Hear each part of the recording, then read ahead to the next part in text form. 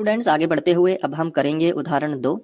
सवाल दिया गया है कि संख्याओं 6 और 20 के अभाज्य गुणनखंड विधि से HCF यानी कि महत्तम समापवर्तक और LCM यानी लघुत्तम समापवर्तक ज्ञात कीजिए। कैसे करोगे? सबसे पहले जो संख्याएं दी गई हैं उनको लिख लो। तो हम हेडिंग डालेंगे दी गई संख्याएं और वो संख्या हम लिखेंगे 6 और 20। ठीक है, तो ये हमने सबसे पहले संख्याएं लिख ली। अब क्या करना पड़ता है?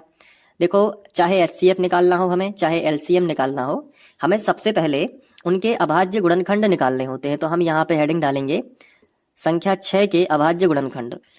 तो हमने इस तरीके से लिख लिया 6 के अभाज्य गुणनखंड। अब बराबर का चिन्ह लगा देना है। अब 6 के अभाज्य गुणनखंड निकालना है, तो रफ पेपर का यूज़ कर लेते हैं। गुणनखंड निकालना मैंने आपको अलग से सिखाया है। यदि आप क्रम से देख रहे होंगे तो बन रहा होगा, और अगर नहीं बन रहा है तो एक बार क्रम से वीडियोस देखिए, डिस्क्रिप्शन में प्लेलिस्ट की लिंक दे दूंगा।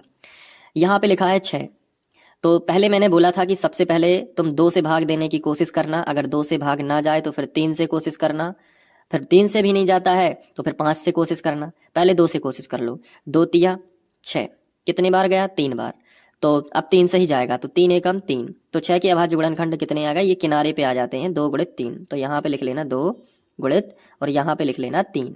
समझ में आ रहा है ना? तो 6 के अभाज्य गुणनखंड हो जाएंगे 2 गुणित 3। अब 20 के अभाज्य गुणनखंड, क्योंकि जो दूसरी संख्या है वो क्या है? 20 है, तो नीचे लिखोगे 20 के अभाज्य गुणनखंड। तो 20 के अभाज्य गुणनखंड हम कैसे निकालेंगे? बहुत ही सरल है, देखो बहुत ध्यान से। सबसे पहले जो संख्या 20 है, मैं रफ पेपर पर वो संख्या लिख लेता हूँ। जैसे हमने लिख लिया 20, ठीक है। अब 20 के अभाज्य गुणनखंड निकालना है तो पहले 2 से ट्राई करना है। तो 2 से भाग देने का मतलब होता है उस संख्या का आधा करना, यानी 20 का आधा कितना हो जाता है? 10, ठीक है। और फिर 2 से भाग करेंगे तो फिर 10 का आधा 5 हो जाएगा। अब 5 का आधा नहीं होता क्योंकि दशमलव में नहीं चाहिए, तो फिर 5 से ही भाग दे दो। 5 एकम 5। तो पहले 2 से भाग दिया तो 10 बार गया, फिर 2 से भाग दिया तो 10 में 2 पंचे 10, 5 बार चला गया। फिर 5 में दिया तो 5 एकम 5। अब जो 20 के अभाज्य गुणनखंड आए हैं ना, 2, 2 और 5, वो तुम यहाँ पे लिख लेना। पहले लिखोगे 2, फिर लिखोगे 2 और फिर क्या लिख लोगे? 5। तो 2 गुणित 2 गुणित 5, तो ये हो जाएंगे आपके 20 के अभाज्य गुणनखंड। अब 6 के अभाज्य गुणनखंड निकाल लिए, 20 के अभाज्य गुणनखंड निकाल लिए। अब 20 के अभाज्य गुणनखंड को थोड़ा सा और अच्छे से लिख लो। और अच्छे से लिखने का मतलब क्या होता है? जैसे देखो यहाँ पे 2 बार लिखा है ना, तो ऐसा भी लिख सकते हो कि जितने बार लिखा है उतने की घात उस संख्या के ऊपर। 2 बार लिखा है तो 2 के ऊपर 2 की घात लगा दो। तो हम कह दें इन दोनों का इकट्ठा लिख दिया हमने। और गुणित कितना लगा देना है? तो गुणित लगा देना है 5। तो 20 के अभाज्य गुणनखंड अब हो जाएंगे 2 के ऊपर 2 की घात और गुणित कितना? 5। Very good. अब क्या करना है? अब HCF निकालना है और LCM निकालना है। तो सबसे पहले LCM निकाल लो। चलो, तो क्या लिखोगे? LCM। LCM किसका? LCM जो संख्याओं का LCM ज्ञात करना है कोष्टक में, वो दोनों संख्याएं, जैसे 6 और कॉमा लगा दो बीच में और फिर क्या लिख दो? 20। तो 6 और 20 का क्या निकालना है? LCM। LCM कैसे निकालते हैं? शुरू से बिल्कुल लिखते हैं, मतलब यहाँ से पहली संख्या के अभाज्य गुणनखंड से लिखना स्टार्ट करते हैं और दूसरी संख्या के अभाज्य गुणनखंड के आखिरी अंक तक लिखते हैं। अब इसमें लिखना क्या होता है? सबसे ऊंची घातों को, और रिपीट नहीं करना होता है। यानी अभाज्य गुणनखंड की जो है सभी घातों को सब सर्वश्रेष्ठ यानी सर्वोत्तम या सर्वोच्च घातों को लिखना है। तो वैसा मत याद रखो, सीधा याद रखो। जैसे यहां से लिखना शुरू करोगे, लेकिन जैसे तुम्हें 2 मिल गया तो 2 की सबसे ऊंची घात तो नहीं है नीचे, तो कहा कि 2 से बड़ी क्या है? 2 के ऊपर 2 की घात। तो इस 2 को नहीं लिखना, ये 2 के ऊपर 2 की घात जो सबसे ऊंची है उसको लिखना है। मतलब जो बड़े बड़े हैं उन्हीं को लिखो। फिर 2 के बाद आगे बढ़ोगे। अब ये 2 तो नहीं लिखना क्योंकि उसका बड़ा भाई लिख गया है। बड़ा भाई मतलब ऊंची घात लिख गई है। अब इसके बाद कौन आया? 3 आया। तो 3 जो है उससे बड़ा तो नहीं है नीचे, नहीं है, तो इसी 3 को लिख लो। तो 3 लिख लिया। अब नीचे आ जाओ, ठीक है। तो 2 के ऊपर 2 की घात तो लिख गई है, तो रिपीट नहीं करना है, 2 बार नहीं लिखना है। लिख गई है तो फिर इसको छोड़ दो। फिर यहाँ आ जाओ, क्या लिखा है? 5। अब 5 की ऊंची घात तो है नहीं, तो यही आ जाएगा 5। तो इससे क्या समझ में आया है कि सबको लिखना है और उनकी ऊंची घातों को लिखना है और रिपीट नहीं करना है। तो जैसे हमें 2 मिला था, तो 2 से कहा कि भाई साहब तुमसे ऊंची घात तो नीचे है, 2 के ऊपर 2 की घात, तो इस 2 को नहीं लिखा, 2 के ऊपर 2 की घात को लिख दिया। फिर कौन मिला? 3 मिला। तो 3 से ऊंची घात तो नीचे नहीं मिली, तो वो 3 लिखना ही पड़ेगी। फिर नीचे आ जाएंगे तो 2 के ऊपर 2 की घात लिखी है, तो ये तो लिख गई थी, तो अब फिर इसको छोड़ दिया। फिर किसको लिखा? 5 को लिखा। तो यात्रा शुरू यहां से करनी है, पहली संख्या के अभाज्य गुणनखंड से चलते जाना है, बस चेक करते जाना है कि कोई ऊंची घात तो नहीं है या फिर कोई रिपीट तो नहीं हो रहा।